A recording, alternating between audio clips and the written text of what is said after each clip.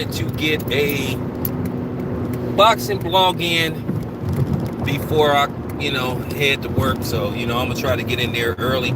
So, I'm gonna talk some boxing. So, a lot of fights came on last night. For the most part, either free or, premium, whatever you want to call it. So, most of the fights was easy to find and watch, So, you had the Lomachenko fight. You had Nonito, Donaire. You had some news come out about the IBF. Basically, they're going to mandate boots in it as Errol Spence is mandatory. Which I'm gonna get further into that as well. So, Now, yesterday you saw Lomachenko, and he took on Richard Kami. And I'll talk about what Lomachenko did in the 7th round, because that has to be brought up as well. And I don't give a damn about Lomachenko fans being mad, because I'm going to continue to call out these double standards that go on in boxing. Now, Lomachenko, he dominated Richard Kami, which, to be honest with you guys, I was expecting Lomachenko to stop him, because Richard Kami is the type of opponent that's tailor-made for Lomachenko. Now, don't get me wrong, Richard Kami had his moments. He hit Lomachenko with some nice body shots that bothered Lomachenko at times. And he hit Lomachenko with some shots upstairs that seemed to bother him at times.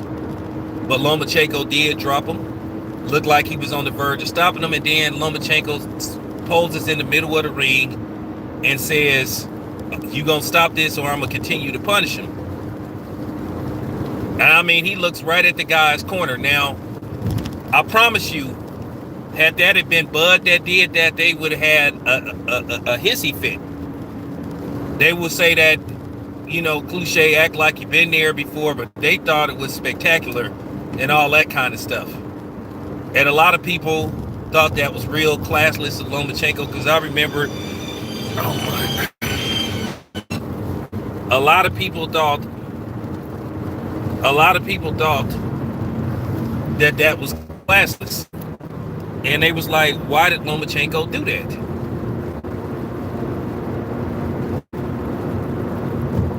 Now, me, myself, I was kind of on the fence with it. I don't think it was necessary, but I can't stop him from doing it, because I remember when Terrence Crawford was beating the hell out of Diaz, and Terrence Crawford knocked on the top of his head in HBO, and, it was kind of classless, but we already knew what was up with HBO. But we already knew how Jim Lampley and Larry Merchant are. We know what type of guys they are.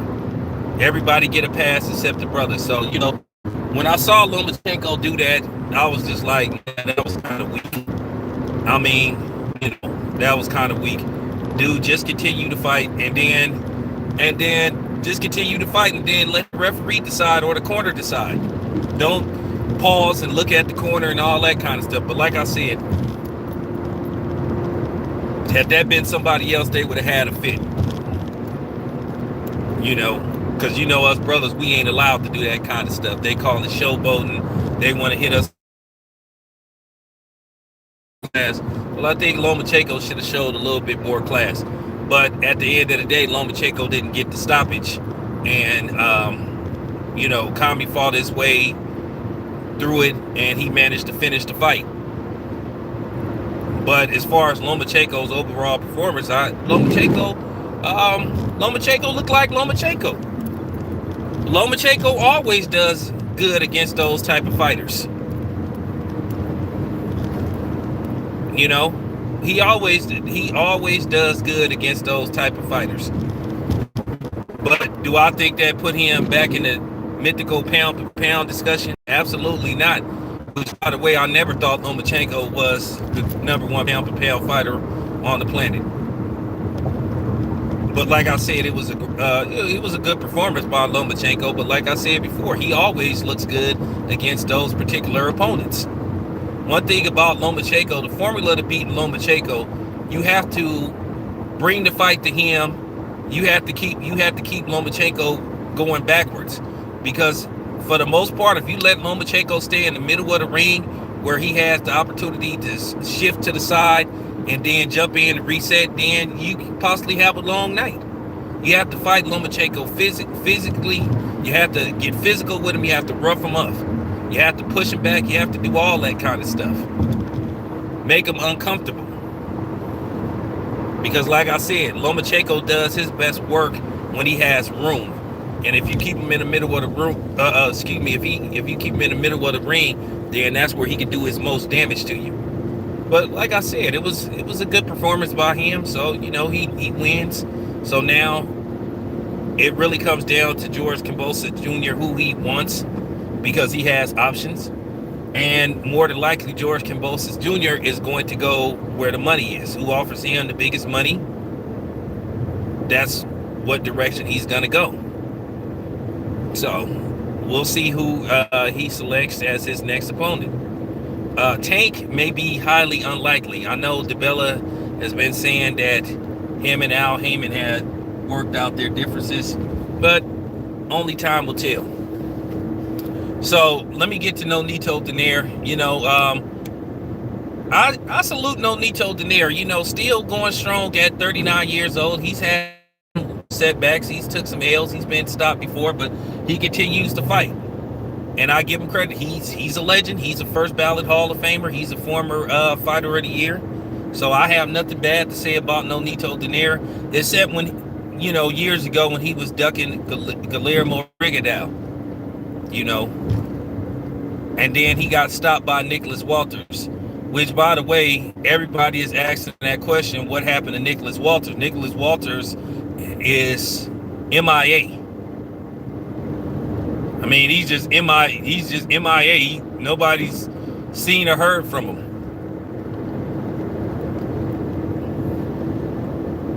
So that's a question that people should be asking. Where's Nicholas Walters? I mean, after the Lomachenko fight, that was pretty much it. That was pretty much it.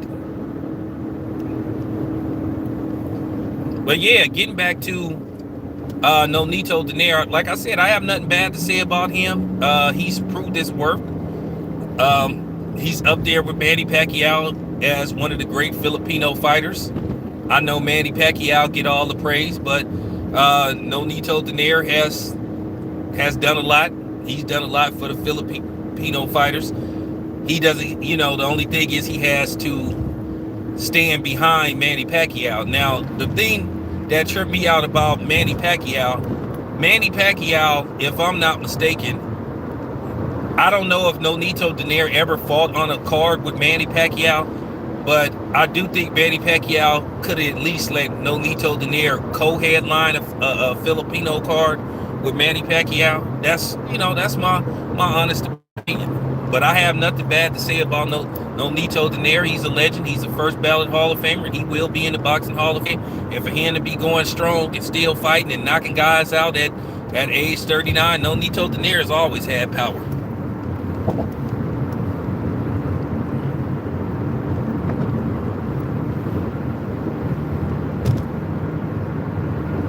So now, all right, so let's talk about some up-and-coming fighters that I saw now, and I'm gonna just put this out there because me, I'm one of the first ones to put this kind of stuff out, because like I said, I'm not scared to go directions that other people won't go.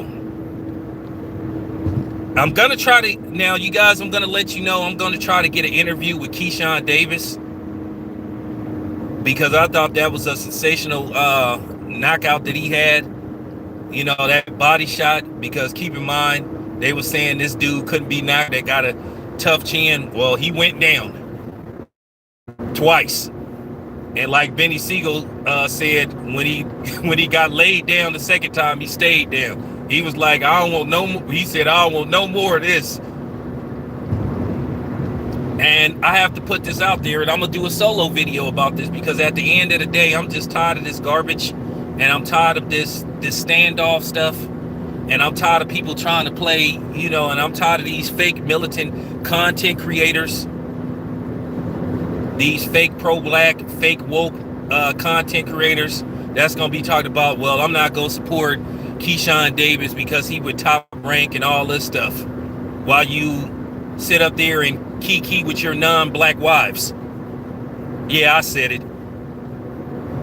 My thing is, because I'm telling you, that's going to be the next thing. And I'm just putting it out there. Keyshawn Davis, that dude is a future star. I see it. I see it. The kid can box and he's the goods. My thing is, why didn't the PBC sign him? Everybody hollering about he signed Top Rank. Why didn't nobody else sign him?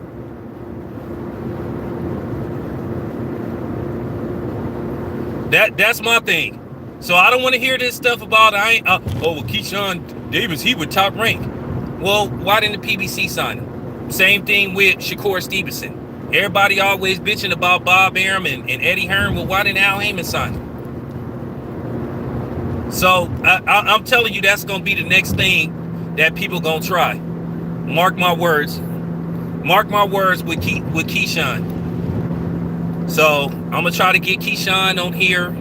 I'm gonna call Top Rank. I'm gonna call Evan Corn, and I'm gonna try to get Keyshawn Davis on here. Oh, you don't have to thank me. You don't have to thank me.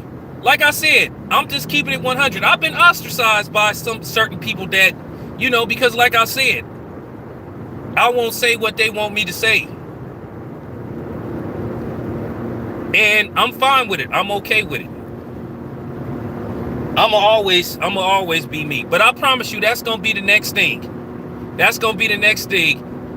People go say, I'm not gonna back Keyshawn Davis up because he would Top Rank. I asked this question: why don't the PBC sign these dudes if they so you know what I'm saying? And I gotta make this clear. People that put this label on Al Heyman that maybe people shouldn't have put on Al Heyman, because Al Heyman isn't pro-black, he pro-green.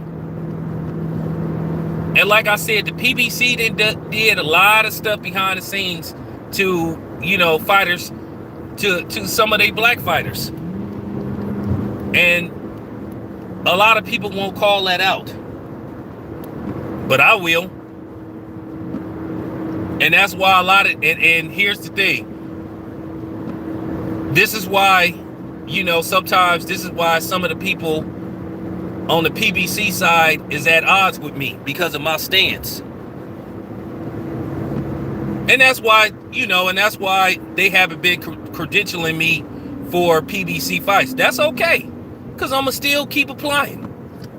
That's okay. You keep turning me down all you want. I'm going to still keep applying to where you cave in and let me back in, because I belong there. I should be there. Because like I said before, it's funny, a couple of years ago, you had people behind the scenes or people making videos talking about how they don't want no press credentials. They don't need press credentials. But now all of a sudden they try to act like they hook you up. Man, I'm just keeping it a buck. I ain't even go there. But like I said, it's funny how people change their tune. That's all I got to say. People love to change their tune about certain things. And like I said, I don't care about people being mad at me behind the scenes, because I'm still going to say what I want to say. And there ain't a fucking thing you can do about it. And you ain't going to do nothing about it. So just keep it a buck. Just keeping it a buck, keeping it 100. All right, so let's talk about this new situation. Let's talk about this new situation that has transpired over the past 24 hours. I can tell you right now, and this is real talk, and I want to say this is just boxing, nothing personal, none of that stuff. I'm not gonna call these boxers out their name unless they call me out my name. But now, it's been a bad week, I guess you could say it's been kind of a bad week for Errol Spence, because Errol Spence been hit with double bad news. I mean, depending on who you talk to. Now, they just told Errol Spence that, no, you're not going to fight Ugas next. And then the IBF has made Gerard Boots Ennis the mandatory for Errol Spence. Now, Terrence Crawford has asked to be made the mandatory so that could better his chances of securing that fight. Now, keep in mind, once again, I exposed these people a couple of weeks ago, or almost, I think, a month ago, when Jerron Boots Ennis had his last fight. Of course, he stopped the dude, and they asked him who did he want next. He said, "Hey, I want Errol Spence next." And of course, there was no videos made about how Jerron Ennis called Errol Spence out. But if he had called Terrence Crawford out, they would have been videos everywhere. You know why I know Terrence Crawford should get 50-50 when it comes to a negotiation with Errol Spence? Because every time you make a Terrence Crawford video, it get more views than an Errol Spence video. So these content creators who keep saying that Terrence Crawford should take a back seat and he should take less money to Errol Spence, you sort of contradicting yourself, because you will put up a video talking about what Terrence Crawford said or didn't say. It get more hits than it get more hits than what it usually gets for your channel. But then you saying Terrence Crawford isn't a popular fighter. Yes, he is. So I look at these videos, I do some number crunching. I do my own number crunching. So the thing is, Terrence Crawford, as far as financials go and schematics go on YouTube, well, it seems to me that the Terrence Crawford videos do better than Errol Spence. So actually, Terrence Crawford is helping making these content creators more money than what they make talking about Errol Spence. So actually, Terrence Crawford's name is helping y'all make more money for y'all channel. Ether, I told y'all I'm good at this. I'm good at this.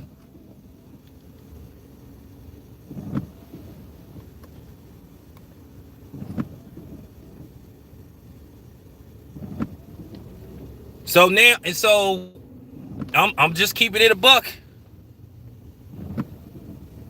I'm just keeping it a buck.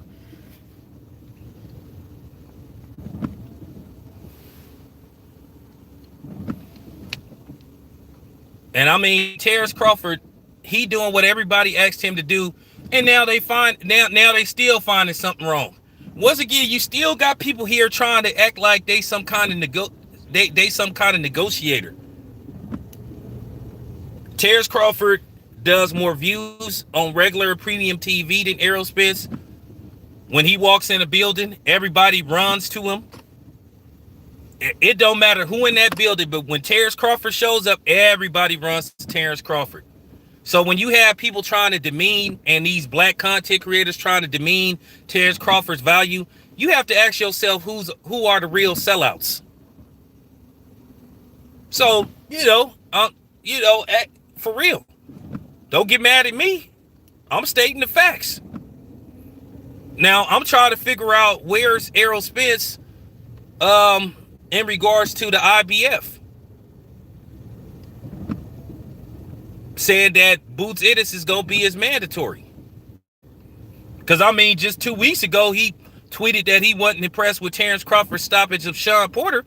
So, I mean, if you know what I'm saying, you got to keep that same energy. That's all I'm saying.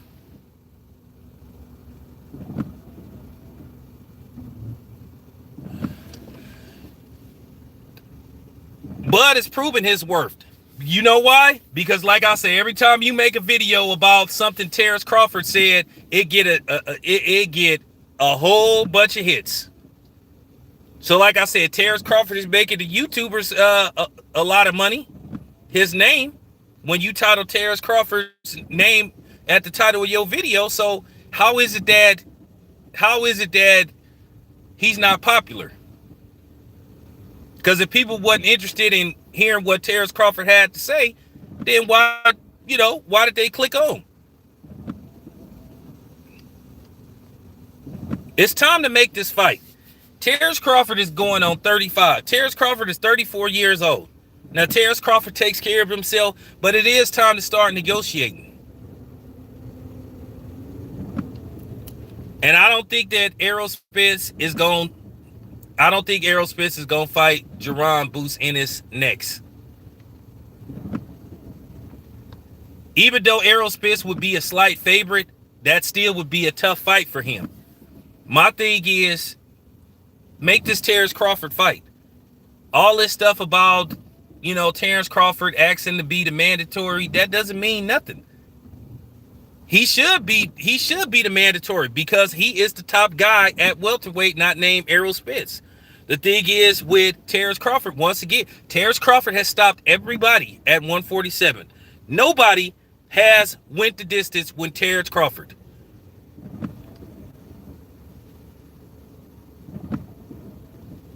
And I mean nobody.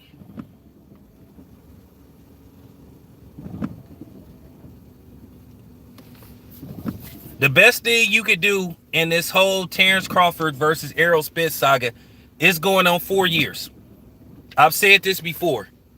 They can split the purse right down the middle. They can sign a 2-fight deal. 50-50 the first fight, and then 60-40, 55-45 the rematch, with an option for a third fight, depending on who wins the second fight. It's really that simple. Everybody keep talking about Bud need to do this, Bud need to do that. Bud ain't got to do shit. Bud has already established himself at 147. He did what no other fighter could do. He stopped Sean Porter. But then people tried to change the narrative once Bud did that, which I knew they was going to do.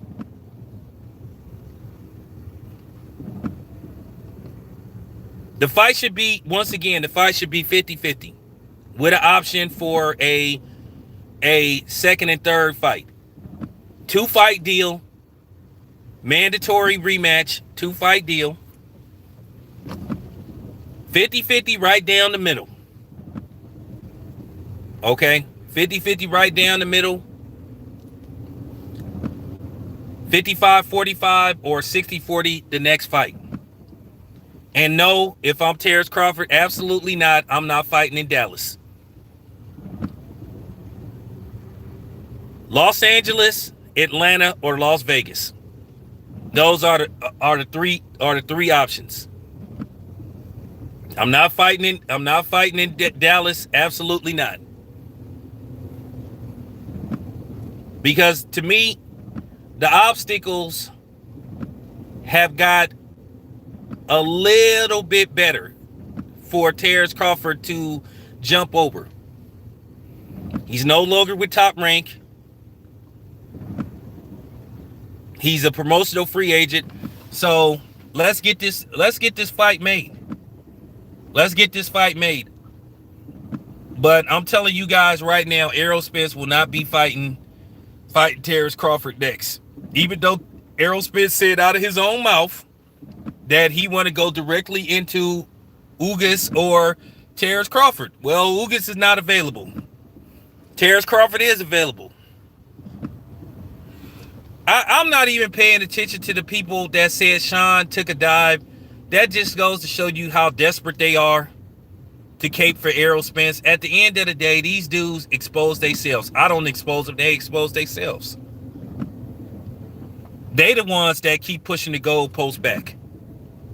And I'm going to just tell y'all to a certain degree, y'all already know what time it is with them. You just can't take some of these dudes seriously because you know what they really are. They're fanboys. They're not fans of boxing. They're fanboys. What's up? Hold on, Mark. Hold on. Yeah. So that's what they really are. Well, that's what I keep telling you. They gonna turn on Boots for said he wanted to fight Errol Spence. Because they want, see what they've been doing is, this is why I know they really don't want that fight to happen. They telling Terrence Crawford to go fight Boots and then fight Errol Spence. So now they said, to be worthy of a fight with Errol Spence, you need to go fight Boots and beat him. Like I told you, they keep pushing the goalpost back. I don't listen to all them dudes.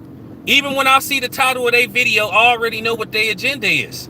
Already knew they was going to push the goalpost back. They mad at Boots Ennis because he called out Errol Spence and he didn't call out Terrence Crawford. Because that's the latest obstacle that they trying to throw in the way. And this is why I know some of these so-called Errol Spence fanatics, they really are worried about that fight happening. As fans, as content creators, we should be demanded that they make this fight. Errol Spence versus Terrence Crawford need to take place at least sometime in the summer. If Errol Spence want to get a tune-up fight in and then go to Terrence Crawford, okay, that's cool.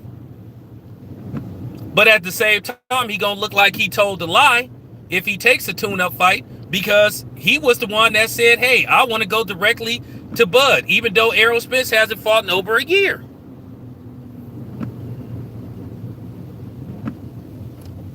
Oh, well, I know he said he'll fight all of them. But he specifically called out Errol Spence. He said it after his last fight. And then people turned on him. Trust me, man, I'll pay attention to everything.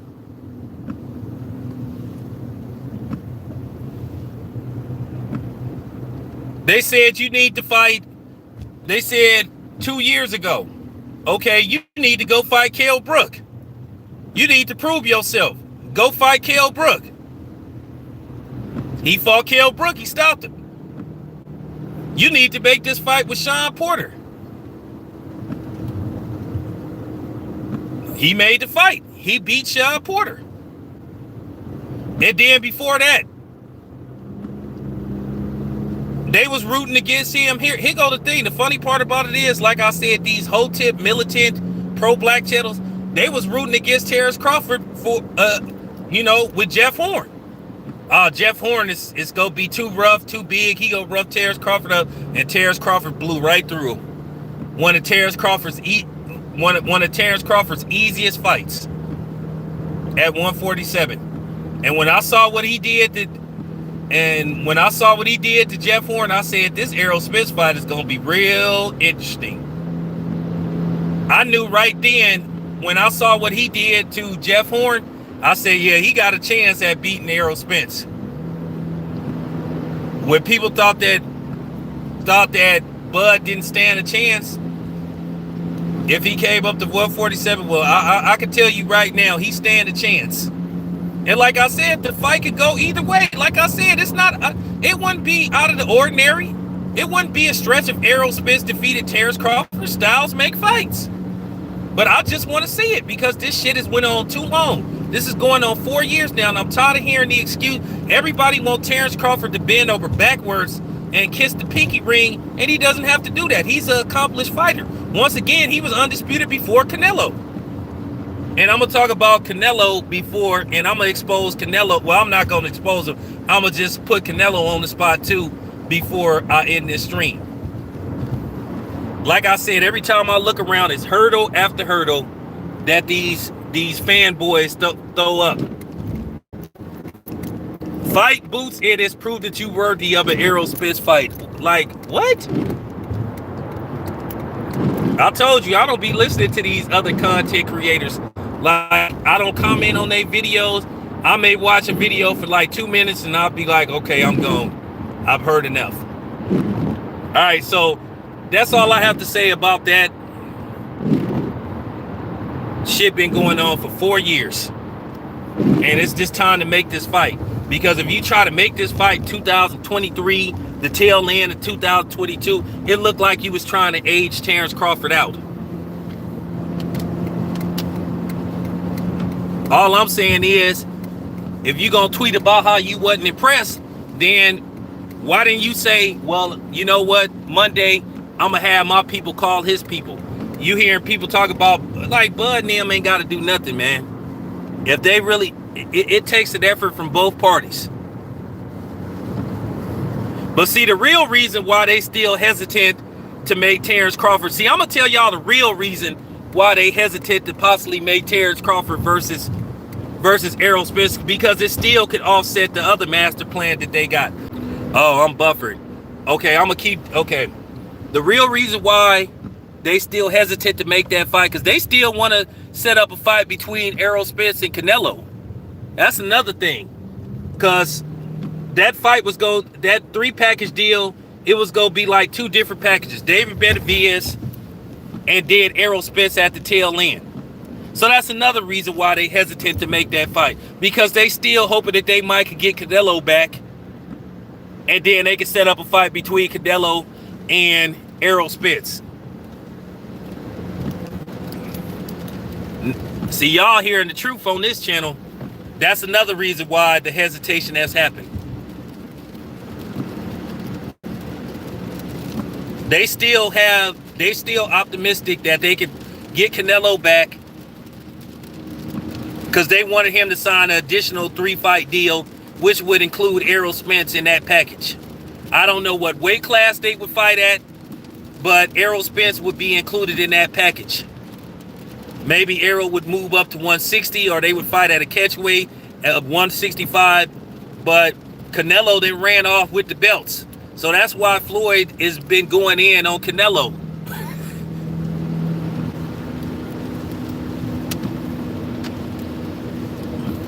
That's why they've been really going in, because he took those he took 40 million from the PBC and ran off with all their belts. And then the funny thing is, there's rumors that Canelo may abandon the belts and go campaign at 175, because from what I heard, Canelo is thinking about his post-boxing career too. Canelo want to go up to 175, possibly see could he become undisputed at 175. He may fight one fight at cruiserweight, see could he win a title at cruiserweight, fight one fight at heavyweight, and then he may call it a career.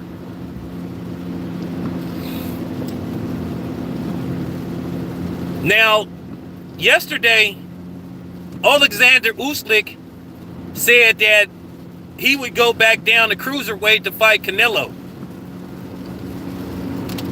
And then he said he would go back up to heavyweight. Well, I can tell you right now, Canelo is not going to be I don't want to use the word dumb or stupid. He is not going to be unintelligent enough to take on a fight with Usyk, because that is disaster for him. It don't matter how much mystery meat he eat, he will not win against Alexander Usyk. Even if and then Usyk is probably not going to let Canelo try to weight drain him and all this stuff and rehydrate him, to where he have an advantage. Yeah, he said he'd go down. Usyk said yesterday, I'm going to do a video about that. He told Fight Hype that he would go back down to cruiserweight and fight Canelo. And I can promise you, Canelo ain't taking that fight. One thing about Canelo, it's about timing. Canelo wouldn't fight the best guy at cruiserweight. That's one thing Canelo does. He fights good fighters, but he doesn't go for the best fighter. Yeah, Usyk said that he would go down. He would go back. He told that to Fight Hype. He said he would go back down to cruiserweight and fight Canelo, and then go back up to heavyweight.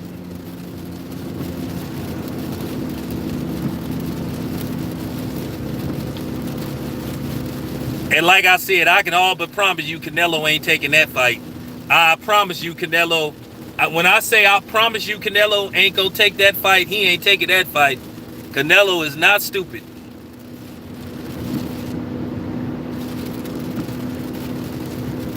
Canelo ain't gonna fight Usyk at no cruiserweight. Canelo's smart enough not to do that, because Canelo would get, when I say he would get jabbed to death, Canelo would get hurt in that fight really bad. And like I said, no mystery meat would save him in a fight against Usyk. Usyk is too big, too skillful, too powerful for Canelo. Canelo has no chance of winning that fight. He's not going to take it. Now, if I'd seen Canelo, I would ask him about it, but Canelo would probably, what he would do to me, he would act like his English isn't that good. Because I definitely would say, Usyk said he would fight you at cruiserweight. He'll come back down to cruiserweight and fight you. And then, man, like I said, that fight would spell disaster for Canelo. He ain't taking that fight, so don't believe it. Yeah, like I said, if he struggled with Sergey Kovalov's jab, do you know what Usyk would do to him? I think Canelo would retire on the stool probably by the 5th round. I think all Usyk would do would lean on Canelo.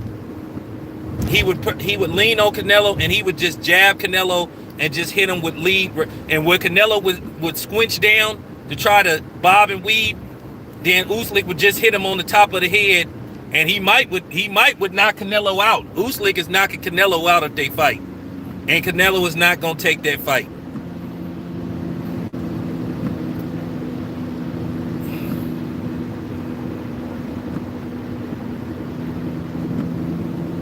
So I promise you guys that don't look forward to a Canelo Usyk fight, because it ain't gonna happen. Canelo he ain't brave enough to take no fight like that without stipulation after stipulation. Like I said about Canelo is smart. He's calculated. With Canelo, it always comes down to timing. And like I said, that's what Canelo is going to do. Canelo probably will fight one fight at heavyweight before he calls it a career. But it's going to be against the right guy. It's not going to be against none of those 6'6" behemoths or anything like that. You know he ain't going to fight no Tyson Fury. You know he's not going to fight Tyson Fury. You know he's not going to fight Anthony Joshua. You know he's not going to fight nobody like that. It would have to be against the right guy. Oh, appreciate that.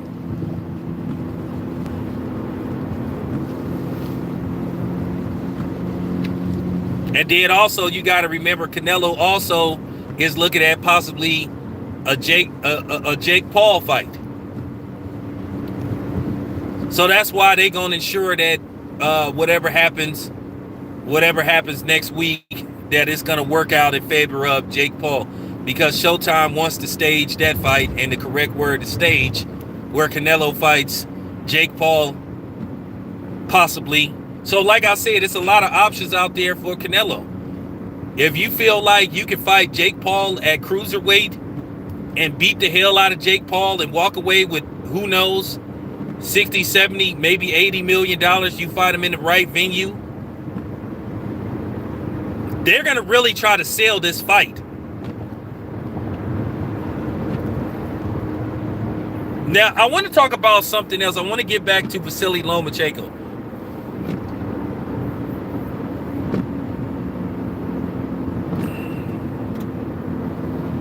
Canelo already said that some things would have to happen for him to fight Jake Paul. Well, I can tell you the one thing that would make him fight Jake Paul, enough zeros.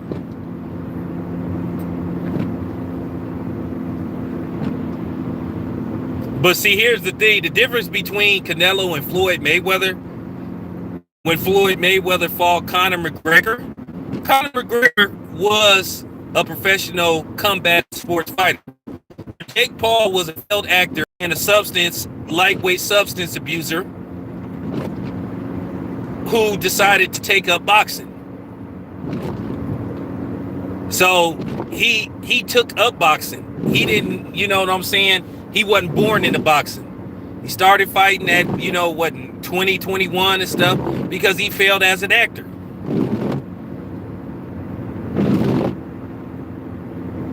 And look, we already know there's going to be people that's going to believe that Jake Paul actually has a chance of beating Canelo, because they're going to say Jake Paul is bigger than Canelo, he's taller, all that kind of stuff. But Canelo been boxing since he was like knee high. So that's why, another reason why Canelo ran off with those belts, because he's checking to see what's going on with Jake Paul. Like I said, if you could get Jake Paul in the Raider Stadium, if you get him in Allegiant Stadium in front of 60, 70,000 people, get a big time pay-per-view, and like I say, walk away with an astronomical purse, yeah, do it. And we all know that Canelo, if that fight happens, he's gonna demolish Jake Paul. When I say he's gonna demolish Jake Paul, and what they're gonna do is they're gonna tell Canelo to hold back.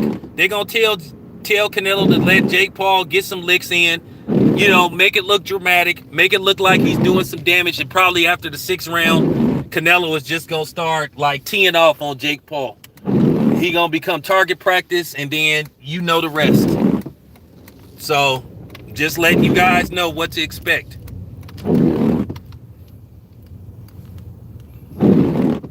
These guys are weighing. You gotta understand, these guys are like Canelo, Kambosos. They're weighing all 8 options. They weighing all 8 options, saying what do I have. But like I said, the thing is with Errol Spence, he in a bad position now.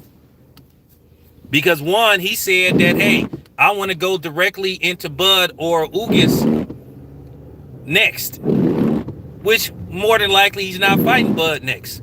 They're gonna find somebody for him to fight, and it won't be Ennis neither. It'll be somebody that they know Errol Spence can beat. But I promise you, Errol Spence won't be called, a dude. He won't be called a liar or nothing like that. But I will say this much: it will look like Errol Spence didn't tell the truth. I don't want to go to the extreme and say Errol Spence will look like a liar, but at the end of the day, he will look like a liar if he doesn't fight anybody other than Bud next. Because he was the one that said it. My thing is, people want to, like I said, people only want to quote certain things that somebody say, but then they don't go all the way in. And like I said, one thing about me, I'm not half-assing it. I'm not like the rest of these other channels. And then, oh yeah, the dude that was supposed to be his mandatory, he got his ass beat last night. So that offset something else. Now, Errol Spence might could fight that guy. Errol Spence will beat that guy.